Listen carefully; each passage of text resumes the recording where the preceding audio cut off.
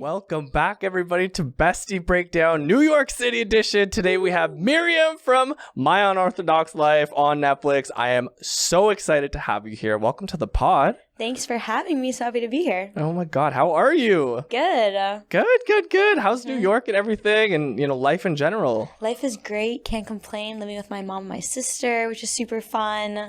Doing school remotely, doing my thing, studying, thriving. It's really good. It's not bad. I'm very happy out here. Absolutely. How did you spend the long weekend? I went to my dad. It was also Shavuos for the Jewish people out there who know it's like a Jewish holiday. And so biked to my dad in New Jersey, hung out with him for 3 days and my little brother and his wife, and then came back here. Nice. Yeah. Very cool. So how is your mom? I'm a huge fan of the show. Absolutely love the show. I love your family. You guys are so close. Yeah. The last season tore my heart apart. Yeah. Like, destroyed me. Like, I was probably crying throughout half the season. How is the family? How is your mom doing with everything? She's doing really well, actually. She's like has all these other businesses that she's working on. She's like has a lot of friends around her and like family, and yeah, she's just continuing to fight the fight, but a lot of like successes have been coming along the way, which is really good. So yeah, she's a fighter, like she's not going to stop until she gets everything that she knows she deserves. So are you allowed to talk about any of the lawsuits? Well, I guess it was in the episode, right? Like the lawsuits that were happening and all the drama, the nasty chaos that was happening. Yeah. Like, what is going on there? All I can say about that is that there were lawsuits, and every single one that was like against my mother has been dropped. Oh, perfect. Because Fantastic. it's based on nothing. And so it was kind of just like to just attack her, but they all had to be dropped. So yeah. So there's no more lawsuits against her, which is great. Amazing. I mean, as a viewer, we kind of got the sense of that from the show. I mean, it was fucking stupid what was going on. It was ridiculous. So I'm really happy to hear that. Did she get anything from the company? Because it from the show, it seemed like she was essentially ousted from the company that she built. Right. So, like, is she still a part of it? Like, anybody knows anything about the American legal system, it takes time. So there is no definitive, there are some answers. I don't want to go into it because I also am not the right person to go into. I'm not a lawyer.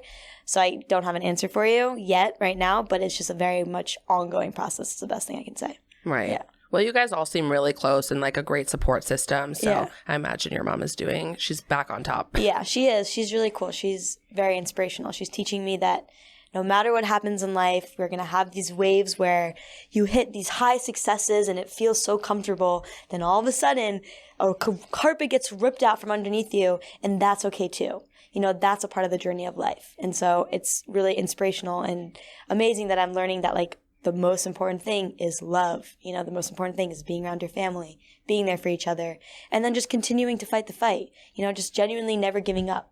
So, yeah. Absolutely. Chris and I recently had our moms on the pod for a Mother's Day special. Cool. And we established that we're each of our mom's favorite child. Nice. I want to say, I feel like your relationship with your mom, it's a really standout. I think a lot of people connect with it. You guys seem really close. Yeah. Would it be fair to say you are your mom's favorite child? da, da, da. I feel like it seems like I'm the favorite, but I can't say that I'm the favorite. Like I can't say that. I don't know. I'm not the favorite.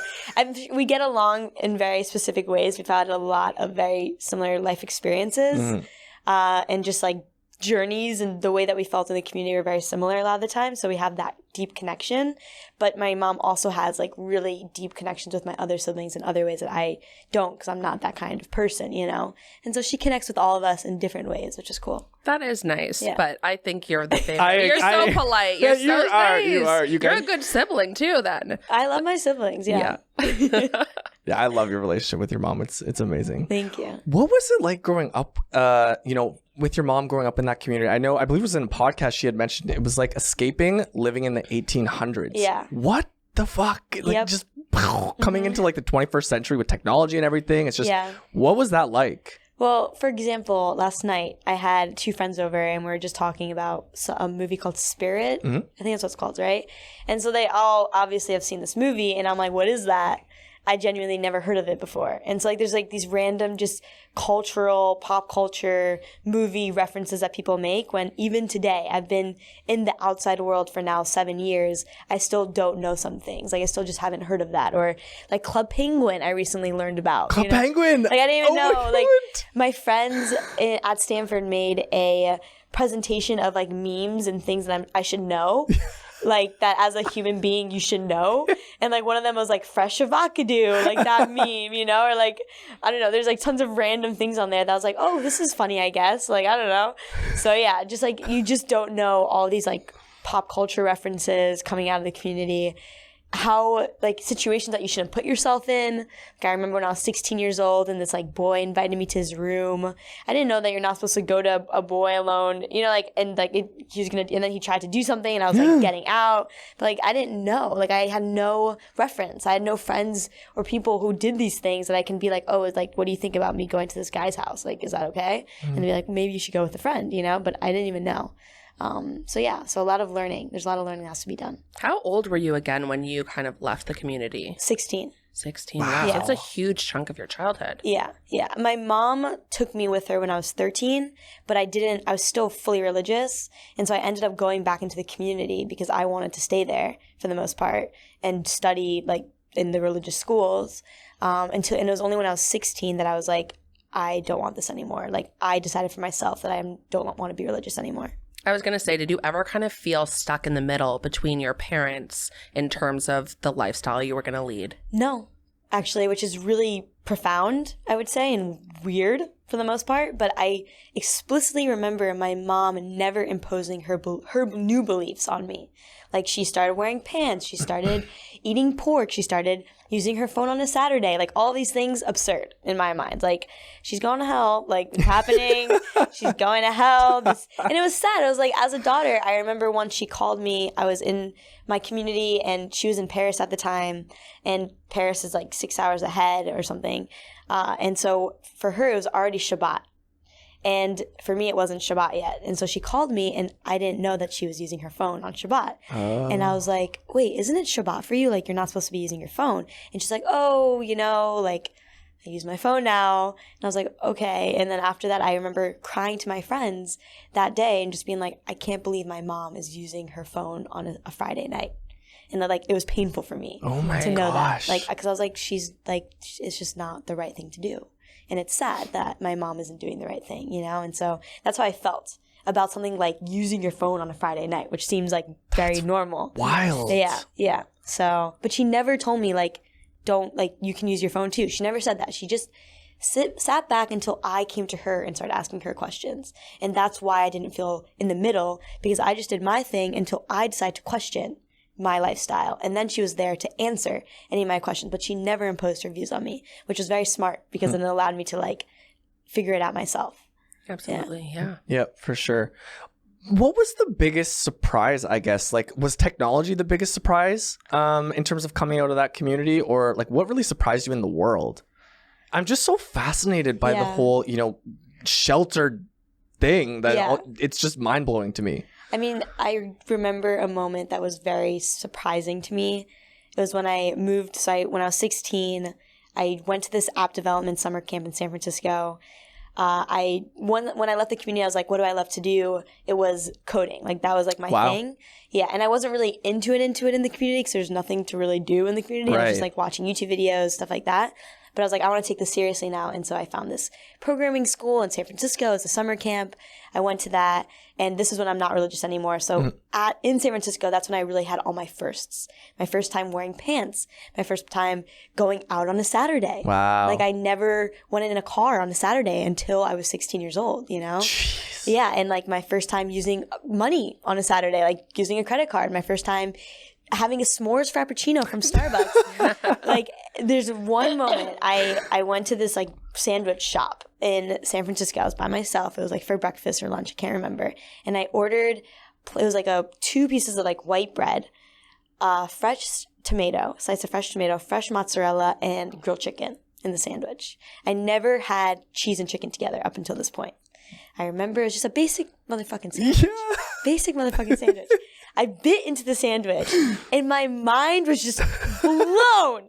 just absolutely just like, oh my God, like cheese and chicken are meant to be together. The like flavor. The flavor. I'm like, does anybody, I started like literally looking around me like, has anybody tried this before? Because this is fucking fire. Yeah. So that to me was a moment when I had cheese and chicken together and I was like, wow, like this is phenomenal. I'm going to do this all the time. That is so crazy. Just food. Just getting to experience things. Yeah. Do you get offended when people kind of refer to your community as a cult? I think that it's like my community in itself is so nuanced. Like it's like sexuality. It's a huge spectrum. Some people in my community had internet. Some people didn't. Some people had TV and they're only allowed to watch cartoon shows. Some people didn't have TV or some people were allowed to watch Disney. You know, it was like my best friend wasn't allowed to ride a bike. Our rabbi said it was okay for us to ride a bike. You know, like after a certain point. But there's such a big spectrum that it's hard to say any general like thing like that, but I can say that there are certain parts of the community that are very cultish, you know, 100%. Right. I also took a class, an anthropology class on cults this past year at Stanford, and so now I definitely know more about what it means for what a cult is, and so I definitely feel more confident saying that there are parts of this community that were very, like, fundamentalist, cut off from the outside world, you know, pretty much all of the ingredients that you need to have a cult. But the word is really just like, how do you define it? You know, like we can really go there. Like, totally. So it's hard to say that. Congratulations on going to Stanford, by the way. That's Thank an you. accomplishment in and of itself. Totally. What are you studying? So I majored in science, technology, and societies. It's in the School of Engineering, and it's the most interdisciplinary major in that school. Right. So I got to study a little bit of anthropology, psychology, philosophy, just really general subjects on top of just computer science. So you are a total underachiever. How has been college life? Or are you doing it fully remote? So I finished my undergrad degree. And so I had to take 2 quarters off because of filming. And then there's COVID. My college experience was very like unique, but also for my generation normal in that sense that it wasn't 4 years at school, you know? So I did some of it online. How was that, by the way? Did you like it or hate it? So online? I'm very much like an autodidact. Like to get into Stanford, I had to teach myself everything. I had to learn grammar, you know, I had to learn geometry. I had to learn everything on my own. So when school went online, it was a lot of self-learning that had to be done. And I thrived in that self-learning environment. Like my teacher just gave us the assignments. Like I would ask my professor to send it to me early, all the assignments for the entire quarter. And I would like get a petition from other students saying like, we should have these assignments early and just like get the information. And then the professor would send it and I would spend 2 weeks, my family knew this, for 2 weeks, they couldn't talk to me because those 2 weeks I was completing my entire quarter worth of work. And I just studied everything on my own, learned whatever it was instead of watching the lectures and waiting every single week, learned it all on YouTube, learned it all on the internet, did the assignments, got my credit, finished like 3 out of 6 classes every quarter within the first 2 weeks of the quarter starting. Wow. So like I thrived. It was like really, it helped me graduate. Like if not for COVID, like I'm like, school would have been a lot harder for me. Like I know that for sure. Right. So much like the rest of your life, your education was totally on your own terms, your own path. Exactly. Wow. Yeah. That is unreal. I was going to ask, is your mom still dating around? Because on the last season, she was going on dates, correct? Yes. Or were those dates real? Yeah. Okay. I just didn't know. Could you say otherwise? I can't say otherwise, but they were. I mean, like, I think we all saw that. Yeah, we did. Cool. No, I love it. I love it. She seemed to be having a good time. So is she still dating? Is she still in the dating game? Or she's still dating. Yeah. She's still loving it? Yeah. Good. It's good. No, I'm so happy for her. I want her to feel good and be happy, you know? Yeah, 100%. And can I ask about Natalie? Sure. So where did that leave off? What happened with the visa? Are you guys still together? Like what? I was rooting for you guys the entire time. Yeah. I still love her with like all of my heart as a person. So we're no longer together. Boo. What happened? Life, you know, there's a lot. Like we're going separate ways. I was going back to school. She's like figuring out her situation. And it just time. And we just decided that it would be better if we stay friends. Right. Is she still here though? Right now she's here. Yeah. Okay. Okay, wow. Do you guys like still see each other and all? Are you still friends? We're still friends. So like I don't see her all the time, but yeah, we check in on each other. Like we both know that if I need her for anything, if she needs me, like I will be there in a second. You know, like I I have so much love for her. She's an incredible, incredible human being. And she feels the same way about me. We still have this like really deep connection with each other. So it's really great. It couldn't have been better, I would say. Yeah. Yeah. Very mature breakup and friendly. That's nice. Is her visa still valid? Like, what happened to that? Is that sort of what? Because that was like one of the main reasons I think you guys were speaking about potential marriage, right? Yeah. So she got sponsored by a job. Okay, perfect. It's a lottery system though, so I don't know. Like I think she's still waiting to hear back. So hopefully, fingers crossed, she gets it. But she did get a job. She did get sponsorship from them. So now it's up to the lottery system. Gotcha. Yeah. Gotcha. We wish her luck. Cool. Yeah. Yeah. Good luck, Natalie. Manifest it. We're manifesting. I wanted to ask how you celebrated your 21st birthday. Yes. 21st? Yeah. Okay, like why? Just like why 21? Just Drinking. That's your legal. Oh. Legal. Okay. Okay. Did you do anything special? I was gonna say, wait, you made me I'm question 23. Yeah, so your 21st birthday. Okay. What did I do on my 21st birthday? Because you're still young. Fuck, I am 30. Oh. Well, to be honest, like my 21st birthday wasn't anything like exciting or interesting because I traveled to Europe a lot. I grew up in a Jewish household. Like, wasn't like I really had my first drink. I don't know if I'm allowed to legally say that, but whatever. But did you celebrate after? Like, so I celebrated with my family. It was during COVID too. My birthday was in January 2021, so nothing too interesting there. But I would say my 20th birthday was really, really exciting. What happened? Well, it was exciting because of what it meant to me. So my mom, my sister, my aunts, and my grandparents all got married in their teenage years. And so the second that I turned 20, I broke that cycle in my family of getting married off in the teenage years. So like that to me was like, I cannot wait to turn 20. So I'm breaking this chain of teenage like marriages in my family. Wow. Yeah. No, it's very, yeah, for sure. Oh my God, a lot more thoughtful than any of my birthdays. You guys were in the midst of forming a company. Remember when you guys, I guess when your mom got ousted or whatever, you guys were having a Plan B or whatever it was. Yeah. Is that company still a thing? Like, what are you guys doing? Are you guys working together today or? Yeah. So I'm still doing like tech work for my mom, but it's not as full time because a company that she's putting a lot of her energy into right now is Plus Body, which is her shapewear company, which is like so beautiful. It's actually being launched really soon. Ooh. So yeah, really exciting stuff. We did a photo shoot together, me, my mom, and my sister. That's awesome. Wearing the the shapewear that looks like lingerie. It's super hot. It's super cool. So it's called Plus Body. When does it come out? I can't say, but soon. Soon? Actually very soon. Like, very soon. I love that you guys are all involved in the family business. Yeah. I just love to see that. Mm-hmm. Yeah, it's really nice. I don't know if you're going to take this as a compliment or an insult. I would take it as a compliment. You guys remind me of the Kardashians. You're all very supportive of each other. You guys love each other. You guys, it's just like, it's a beautiful thing to me. Mm-hmm. I love the Kardashians. We get that. We get called the Jewish Kardashians. Yeah, fuck yeah. I'm like, I take it as a compliment. I'm like, they're very much self-made, like amazing, Successful women. Yeah, totally. Yeah. Mm-hmm. So how has your relationship been with your sister since her divorce? Like, how has it improved, if at all?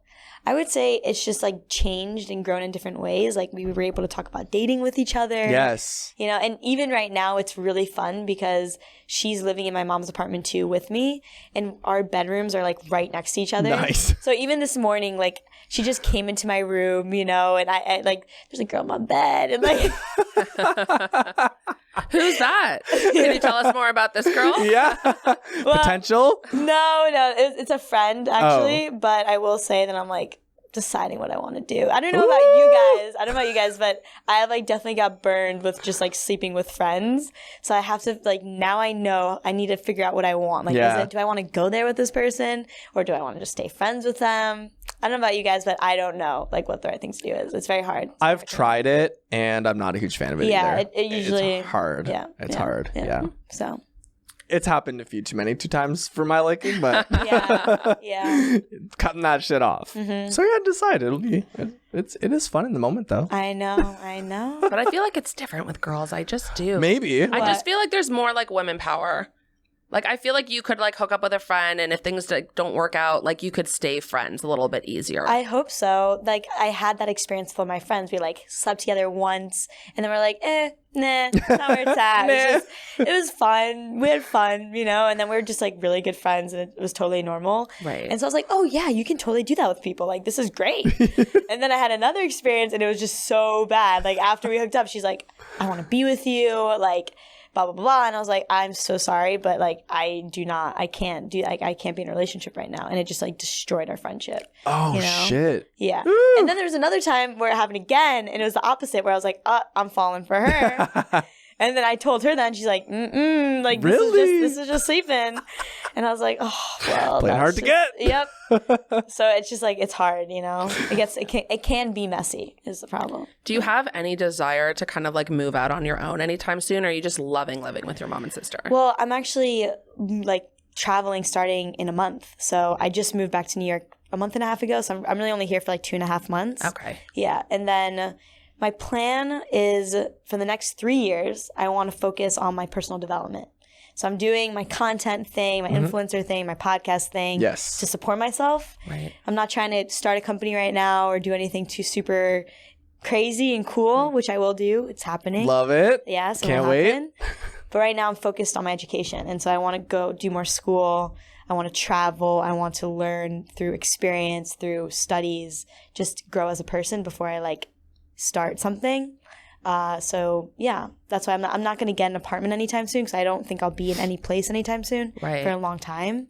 So I'm kind of just bouncing right now. Yeah. You're so mature and well-spoken for your age. I know. I'm asking about your 21st birthday. Most people your age coming on are like, I went to Vegas with friends and whatever. You're like, I'm breaking cycles in my family and I'm like traveling and I'm doing my businesses. Yeah, that's so awesome. A lot more mature than I ever was. Oh, totally. Yeah. I was forced to grow up at a very young age, and you know, for a time it was very hard for me. I remember like I was 17 years old working as a data scientist intern at an AI company. It was like wild. Yeah, and like looking on like Snapchat at my friends, like just having fun because they're 17. And just being like, oh, this sucks. Like, I'm so lonely. And I'm just like, and as I'm looking at this, my computer's running this like AI model that just has always just been failing. I had to rerun it at like 3 a.m. I'd have to like type in a line of code, like just so fucking frustrating. I'm like, what am I doing? You know, like, what is this? Why am I here? But then, you know, sometimes you just have to like realign yourself and be like, it's not all just shiny colors. Like, sometimes you just got to work for what you want in life. And it's about like that delayed, like, gratification and just like satisfaction. And yeah, you seem very at peace with everything and where you are at life, but do you have any, or have you at any point had any resentment for just not having such a conventional childhood? Yeah, I mean like, I can't say resentment because there's nobody to really blame, or it's just really very circumstantial. Like this is just my life experience. But yeah, one thing that really is still hard for me that like I still struggle with is the fact that like my athleticism, I know that if I grew up in the outside world from a young age, I would 100% be some sort of like athlete right now, you know, because like I like run marathons. I bike to my dad in New Jersey, which is like 35 miles away just for fun, you know, like I could just drop down and do 50, like I'm very athletic, you know, I love being super athletic. I do extreme sports. But I've never been able to do that when I was younger, and that was so hard for me. Like I was this like exciting, athletic, energetic kid was just held down my entire childhood, and that's something that I always am still hurt at, like from my community that they did that. And because I just know that my life would be different if I didn't didn't grow up in that way in terms of like being an athlete. But then I also like have friends that are pro athletes and seeing them in their life and how hard it is and how like just like subject to chance it is based on injuries and how much they can't really just have other hobbies outside of their being an athlete. I'm like, maybe this is a blessing in disguise, you know? And it's just the what if. There's that what if, but like it doesn't really get to me. Sometimes it frustrates me because people ask me like, oh, do you play any sports? And my answer is no. When I want to say like, no, but I like love doing everything. I love doing it all. And so I am an athletic person. But it's like hard for me to say, you know what I mean? Like, so it makes it difficult. Yeah. Well, I was going to ask, but I think the answer is no. Do we have a future Olympian here? No. On a different path now. On a different path. In a different reality. somebody with my body maybe would have been an Olympian. Who knows? Can I ask if Shlomo has found a girlfriend yet? No. Like, what is happening? Shlomo? Yes, we need to help Please, him. guys, come on. We need to go take him out. Like, seriously. Is he on the apps or like how is he dating right now? He's dating, like, but not super dating, like kind of dating. You know, he's like grinding right now. He's working with my mom and he's like super just like work focused. Like, he's just like really working hard. And so not prioritizing dating. I think he's just decided that he's like open to doing something serious now, which I think is going to be good for him. Mm-hmm. So we'll see. We'll see what happens. If you know anybody, let me know. Okay, yeah. If you know anybody, let me know. I'll connect Only in the him. gay world for me. Yeah.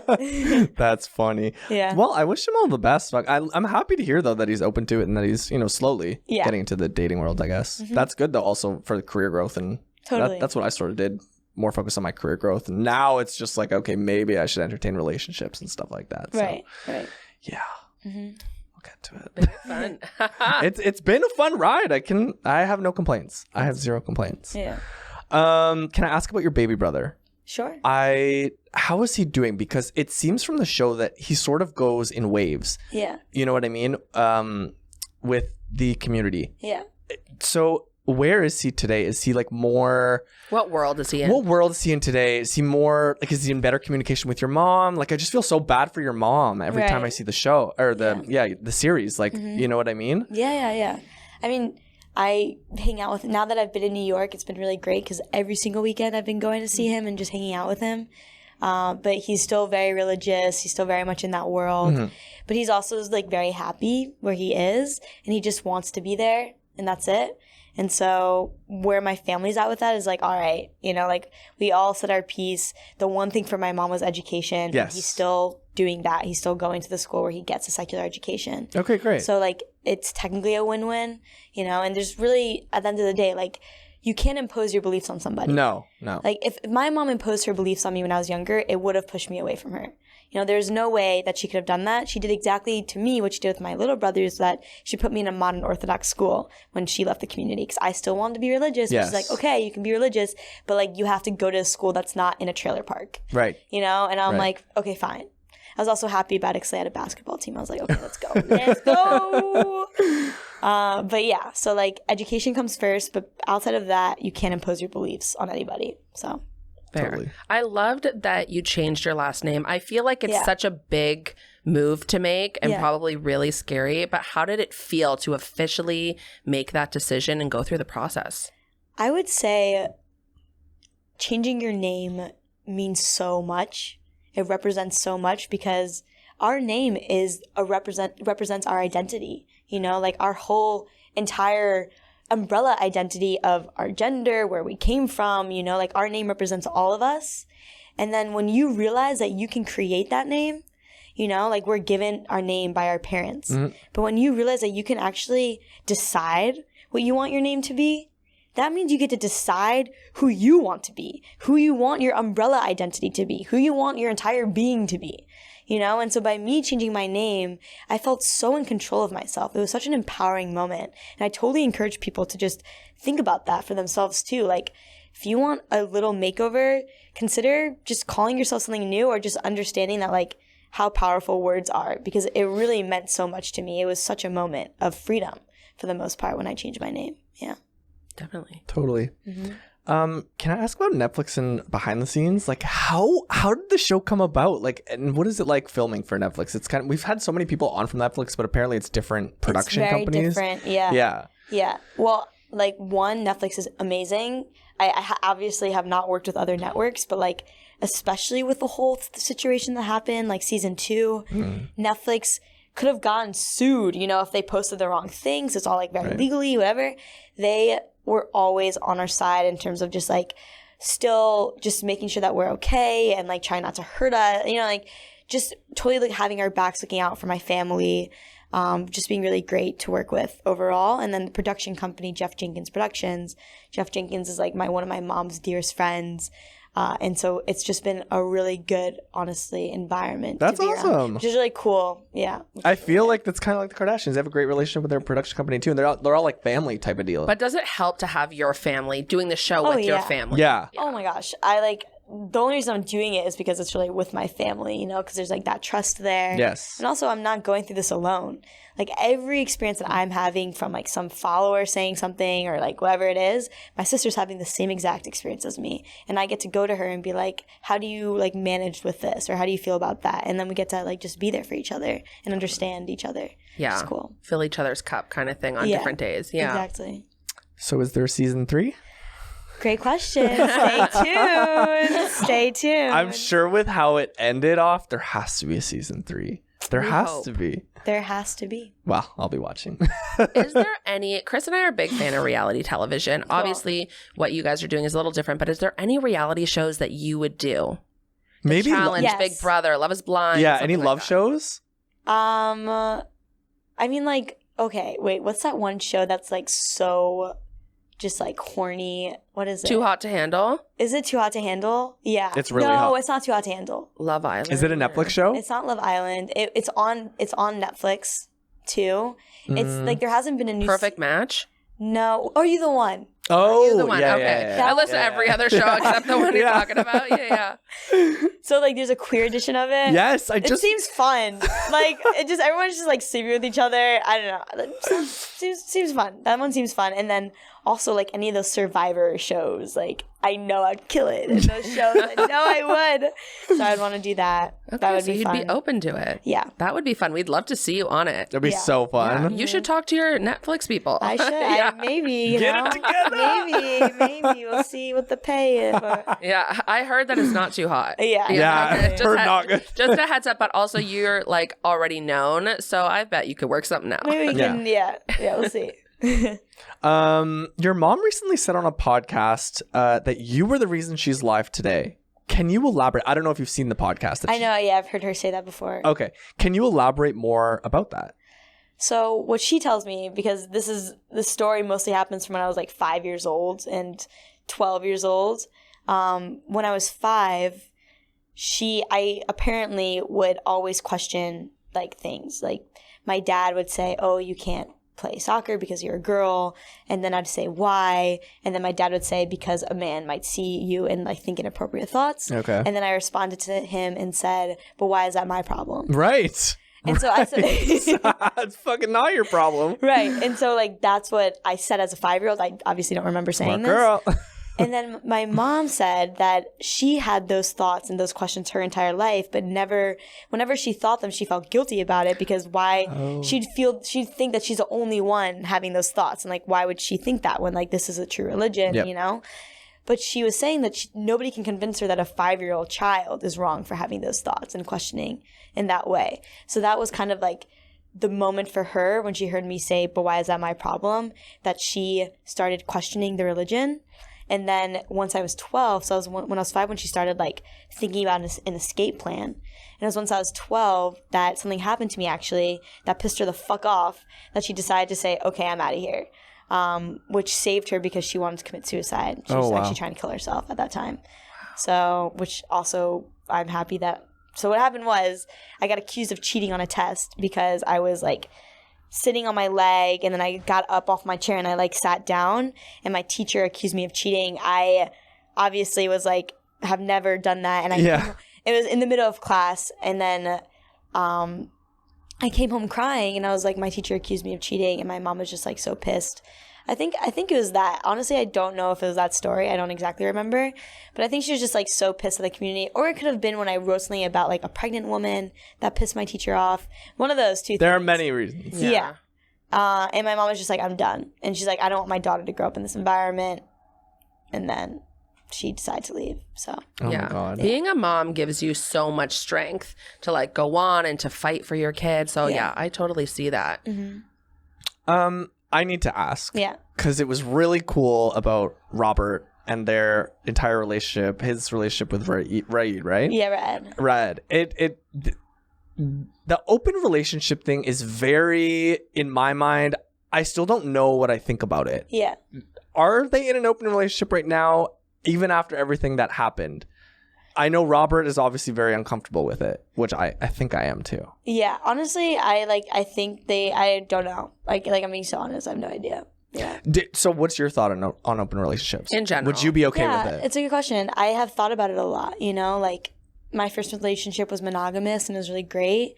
But I do think of myself as more of an open person. Like, I would want to explore that more. I've never been in an open relationship. I've never tried that before. But I don't know. I see myself like, I am very much a free spirit. And it's just like not true to my identity to, like, when I think about myself and let's say I have a life partner, I can't imagine that I'm only sleeping with this person for like 30 years, you know, like for some reason in my head it just doesn't it doesn't click.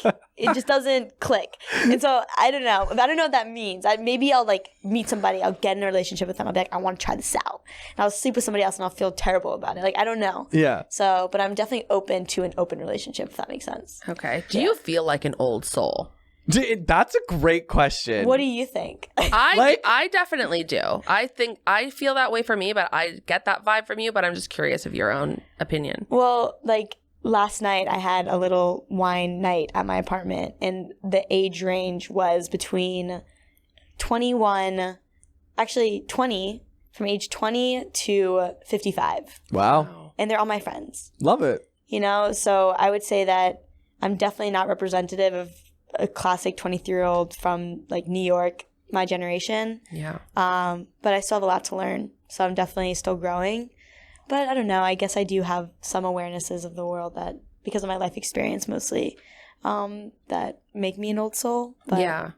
That's funny. My husband always says that's the greatest thing you can do. When he was a kid growing up in Dubai, he used to have friends that were like 50, 60, and he would sit with them and, you know, hear about their life stories and things like that. And he's like, I think having friends at all age groups is like really helps you as a person. Oh, yeah. No, I learned like, it's so great. You learn so much. It's like really intergenerational conversations, you know, like even last night he was like, what do you think about how does your generation feel optimistic or pessimistic about the future?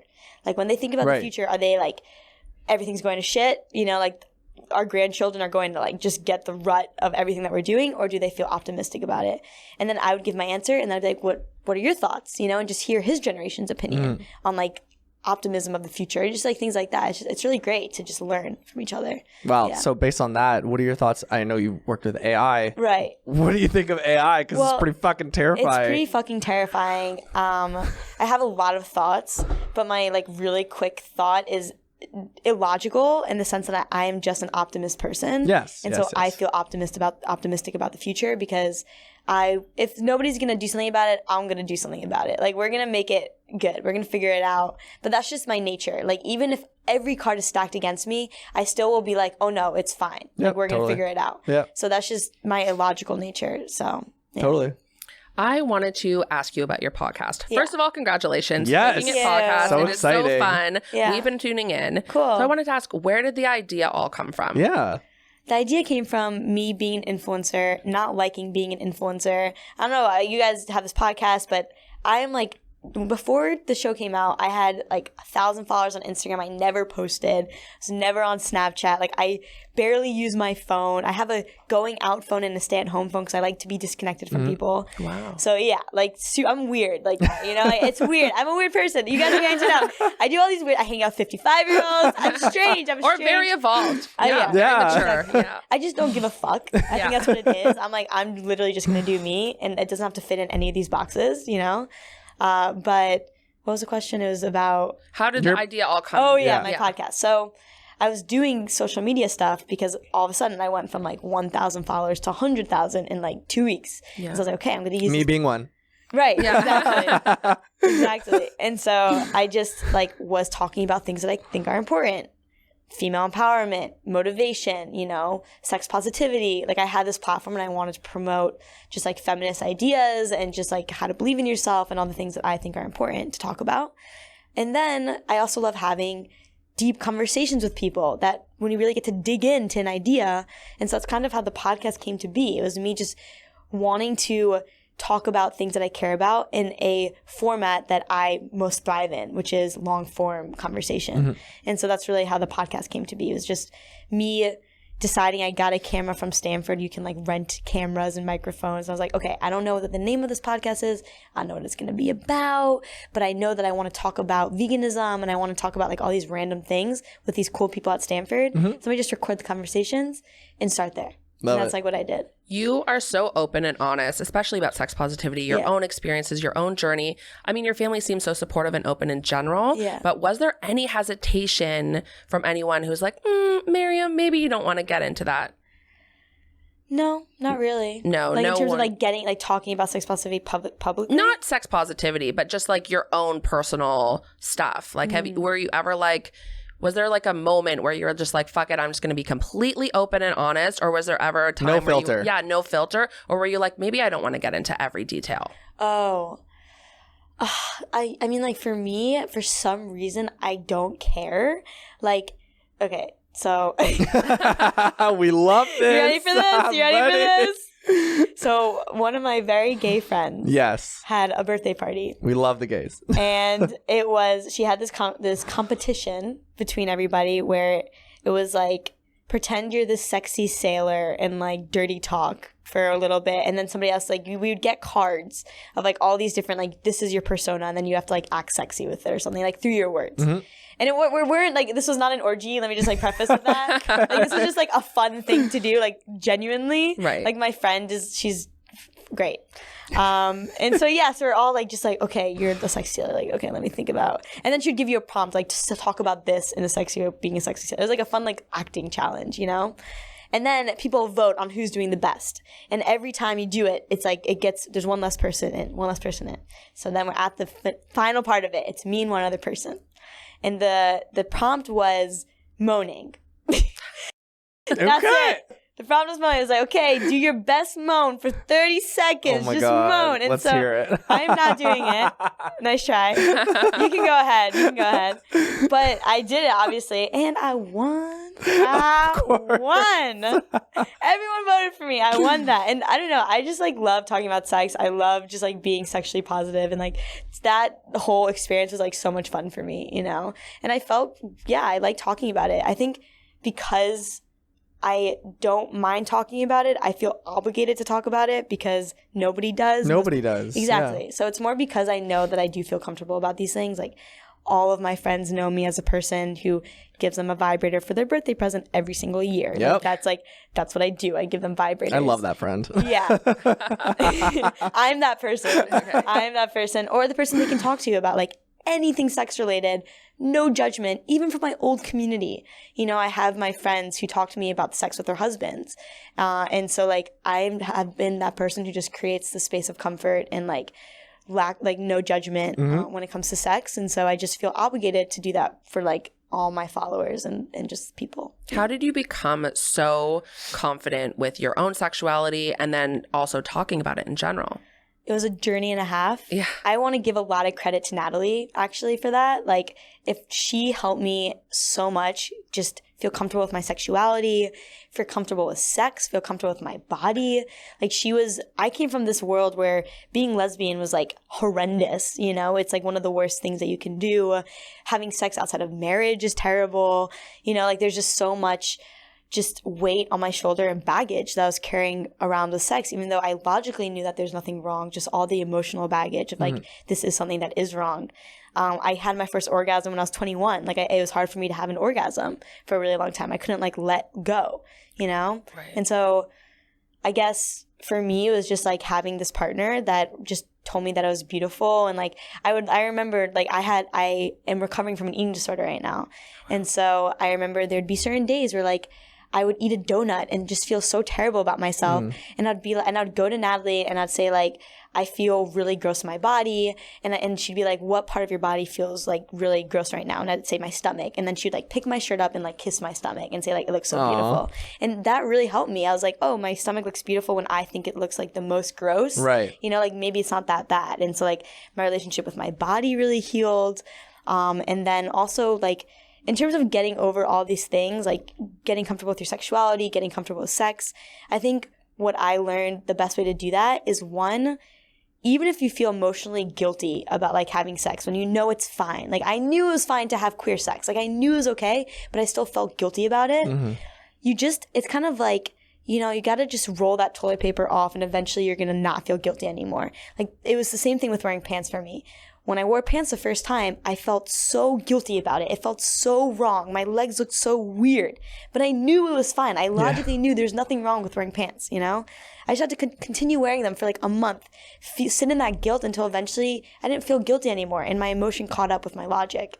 And so like when it comes to sexuality, like if you feel uncomfortable or guilty or weird about kissing another girl or a boy or whatever it is, find a person that you feel safe and comfortable with.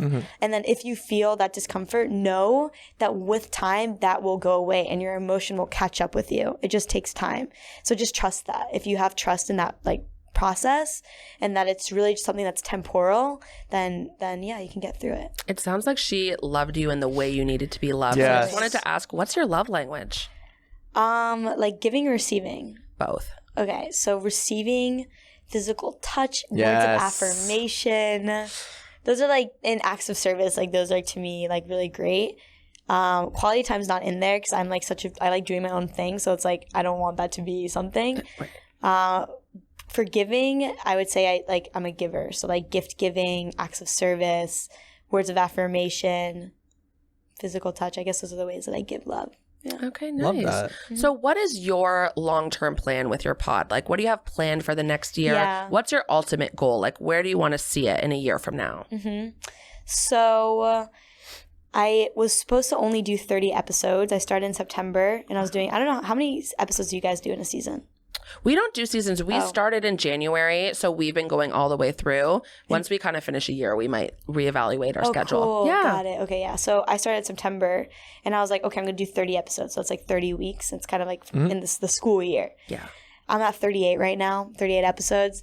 And so I really need to stop at some point because during the summer I genuinely won't be able to do it because I'll be traveling. Yeah. So I decided I'm going to go until 42 episodes for like my first season because 42 is also my favorite number. Wow. So 4 more episodes, that's like the month of June. So I'll just do June and then take the summer off and then reevaluate. I'm going to do another season. Like I love the work. So yeah, I'm just going to continue doing it. Good. We love it. Yeah. It's so fun. And I feel like you really are inspiring people, and Yeah. especially your generation. Yes. Totally. Yeah. Even moms, like a lot of moms reach out to me and they're like, oh, like, you know, just they have been impacted by it too with all of it. So it's pretty cool, like the age range. Has that been the most rewarding part of your entire journey? Doing this show, kind of branching off to your podcast, is just being a role model for people? Yeah, I would definitely say like my metric of success has always been that one comment. Like whenever I posted something and I would get tons of hate on it, if I got one person, just one, who said like, love this, you know, or like something nice about what I posted, that to me was my metric of success. And so it happens to be that I've never had any single post where there's not one person that didn't say something nice, you know, to my like podcast or post or anything. And so, yeah, as long as I get one, if I impact one person, like I'm one person. So I know that that's a real person who felt impacted by what I made. And that means something to me. So that's like how I view it. So like no hate can surmount that one nice comment. Exactly. Wow. Yeah. Love That's that. amazing. Chris and I have a little fast 5 for you. Oh, yeah. So we're just going to ask you 5 questions, answer as quick as you Sounds can. good. Vacation or staycation? Vacation. Pizza or donut? Pizza. Night in or night out? Night in. Text or call? Call. Oh, wow. I hate texting. I love that. Calling is great too. Yeah. Instagram or TikTok? Instagram. Bonus question, favorite vacation destination? Vacation destination. Favorite so far? Have